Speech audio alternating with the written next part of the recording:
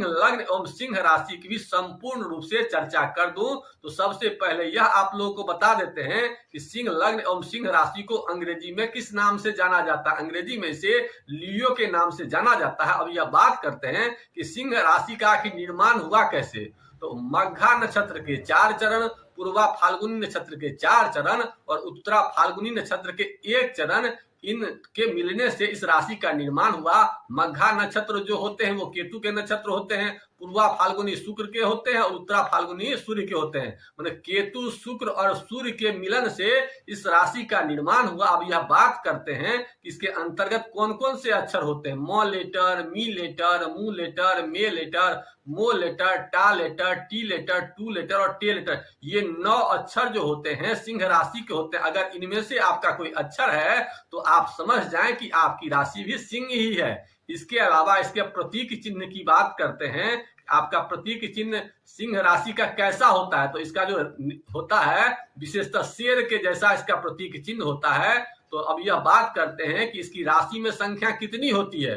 तो इसकी जो संख्या राशिवार होती है वो 5वीं राशि होती है, जिसके कारण इसका जो अधिकार क्षेत्र होता है हृदय से लेकर के और नाभि प्रदेश के बीच का जो हिस्सा होता है, आगे से पेट और पीछे से पीठ, इस पर विशेष रूप से इसका अधिकार क्षेत्र होता है। और अगर तत्व की चर्चा करते हैं, विशेषतः आयुर्वेद शास्त्र के तत्व की चर्चा अगर करें तो अग्नि तत्व ये राशियां होती है, इसलिए अग्नि तत्व पर इसका विशेष प्रभाव होता है। और प्राकृतिक रूप से अगर इसकी प्रकृति को देखा जाए तो इसकी प्रकृति गर्म तासीर होती है, गर्म प्रकृति के ऐसे लोग होते हैं। इसके अलावा वर्ण की अगर चर्चा की जाए तो पित्त वर्ण मान पीला जैसा ये जो इसका वर्ण होता है। इसके अलावा इसकी जाति को अगर देखा जाए तो इसकी जाति क्षत्रिय जाति होती है और पुरुष और स्त्री में इसको अधिकार जो प्राप्त है वो विशेष रूप से पुरुष का अधिकार। अब यह चर्चा करते हैं कि सिंह लगन एवं सिंह राशि के लोग होते कैसे हैं।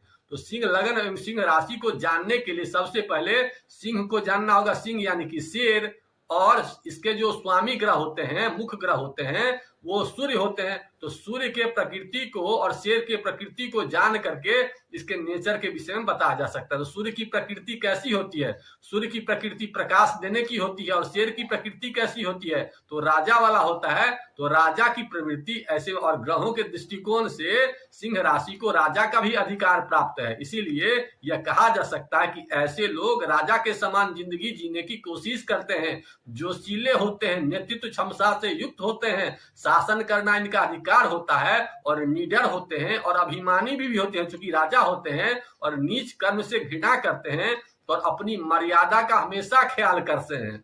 उत्साही विशेष रूप से होते हैं, उदार प्रवृत्ति के होते हैं, निष्ठावान होते हैं और दयालु विशेष रूप से होते हैं। और क्षमा करने में ऐसे लोग माहिर, इसे क्षमाशील भी कहा जा सकता है। लेकिन राजा हैं तो अनुशासन प्रिय, तो नियम कानून के पक्के होते हैं और ऊर्जावान होते हैं। चूंकि सूर्य की राशि है तो सूर्य में ऊर्जा होता है, इसलिए ऐसे लोग विशेष रूप से ऊर्जावान होते हैं। विश्वासी भी होते हैं, सदैव उच्च पद की तलाश में रहते हैं। नेतृत्व क्षमता तो विशेष होता ही है और आत्मविश्वासी होता है, और मान सम्मान प्राप्त करने के लिए सदैव प्रयासरत रहते हैं। आगे अब यह चर्चा करते हैं कि इनके मित्र ग्रह कौन कौन से होते हैं। तो सूर्य के जो मित्र होते हैं, विशेष मित्र, वो मंगल होते हैं। इसके अलावा गुरु होते हैं और चंद्रमा होते हैं। ये आपस में मित्र की श्रेणी में आते हैं। अब यह चर्चा करते हैं कि मुख्य ग्रह इनके जो होते हैं सूर्य होते हैं। अब इष्ट देव इनके कौन हुए, तो इनके इष्ट देव जो होते हैं भगवान विष्णु होते हैं। भगवान विष्णु की जितनी आराधना की जाती है इससे इन्हें विशेष फल की प्राप्ति होती है। अब यह चर्चा करते हैं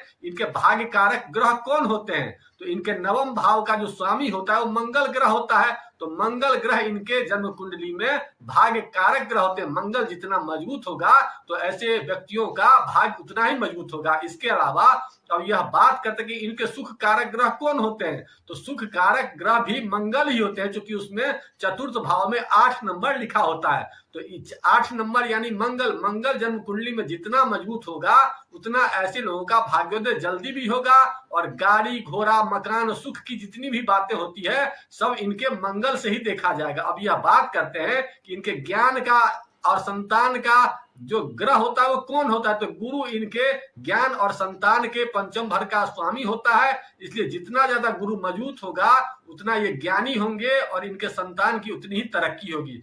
अब इनके धन कारक ग्रह की चर्चा करते हैं। तो द्वितीय भाव का स्वामी बुध है और एकादश भाव का भी स्वामी बुध है। तो इनके जन्म कुंडली में बुध जितना मजबूत होगा उतने ही धनपति योग इनके जन्म कुंडली में बनेगा। अब आगे यह चर्चा करते हैं कि इनके कर्म भाव, इनके पिता भाव की स्थिति किस ग्रह से देखा जाएगा। तो चूंकि दसम घर का स्वामी शुक्र होता है, तो शुक्र जितना मजबूत होगा उससे उनके काम धंधा भी अच्छे चलेंगे और पिता की भी स्थिति विशेष रूप से मजबूत होगी। अब आगे यह चर्चा करते हैं कि अगर आपकी जन्म कुंडली में सूर्य अगर कमजोर हो, मुख्य ग्रह कमजोर हो, तो क्या क्या विशेष रूप से आपको देखभाल करना चाहिए। क्योंकि आप बात करते हैं कि अगर मुख्य ग्रह कमजोर हो, सूर्य कमजोर हो, तो हम लोग को क्या क्या करना चाहिए। तो सबसे पहले सूर्य मतलब पिता से ज्यादा बातचीत का ऐसे लोगों को प्रयास करना चाहिए, पितृकुल से ज्यादा संपर्क रखना चाहिए और गायत्री मंत्र नित्य दिन जपना ही जपना चाहिए। इसके अलावा अगर हिंदू धर्म से बिलोंग्स करते हैं तो आदित्य हृदय स्रोत का भी विशेष रूप से पाठ कर लिया कीजिए। और विशेष रूप से एक बार और ध्यान रखना है ऐसे लोगों को कि नित्य दिन उगते सूर्य से पहले जरूर ही जागना है और भगवान सूर्य को कम से कम 5 मिनट उगते हुए देखना है। ऐसे लोग जिनकी जन्म कुंडली में सूर्य नीच का हो, ऐसे लोगों को तो जरूर ही ऐसा करना ही चाहिए। और अगर संभव हो तो उन्हें जल भी आप दे सकते हैं, लेकिन जल अगर दीजिए या न दीजिए उससे विशेष मतलब नहीं, लेकिन उनका दर्शन करना आपके लिए बहुत जरूरी है। इसके अलावा प्रतिष्ठित व्यक्तियों के बीच में बैठा कीजिए, रविवार को नमक का प्रयोग कम से कम कीजिए और नेत्रहीन की विशेष रूप से मदद कीजिए। और पाचन तंत्र का इसका विशेष प्रभाव सूर्य का होता है, इसलिए पाचन तंत्र को भी मजबूत करने का प्रयास कीजिए। तामसी पदार्थों का प्रयोग कम से कम करिए और कर्ज नहीं ले, इसका विशेष रूप से ध्यान रखिए। और हमेशा सरकार की तारीफ करने की कोशिश कीजिए कि सूर्य का संबंध सरकार से है, राजा से है, तो राजा से संपर्क में रहिए और सरकार की हमेशा तारीफ करिए। इन उपायों को आप जब भी करने लगेंगे तो आप देखेंगे कि आपके जन्म कुंडली में जो सूर्य जनित समस्या है वो भी ठीक हो जाएगा और आप धीरे धीरे अपनी तरक्की की राह में आगे बढ़ने लगेंगे। और अगर भाग्य अगर कमजोर हो तो ऐसे में आप मंगलवार को लाल रंग का एक सूती धागा अपनी हाथ में बांध लीजिए। ऐसा करने से आप देखेंगे कि तुरंत आपके भाग्य में भी बढ़ोतरी हो रही है। इसके अलावा अगर आपको शिक्षा से संबंधित बाधा हो तो आप भगवान विष्णु के शरण में जाइए और भगवान विष्णु के मंत्र ओम ब्रीम बृहस्पतये नमः स्वाहा या ओम ग्राम ग्रीम ग्रोम सह गुरुवे नमः स्वाहा के मंत्र का जाप कर दीजिए। ऐसा करेंगे तो बहुत जल्द आपकी जिंदगी में एक बदलाव देखने को मिलेगा। इन्हीं बातों के साथ आज के एपिसोड को यही समाप्त करते हैं। आप लोगों को वीडियो अच्छा लगा तो लाइक करिए और किसी प्रकार की अगर शिकायत हो तो नीचे दिए कमेंट बॉक्स में अपनी शंका लिखें, मैं उस शंका का समाधान देने की कोशिश करूंगा। इन्हीं बातों के साथ आज के एपिसोड को यही समाप्त करते हैं। ओम नमः शिवाय।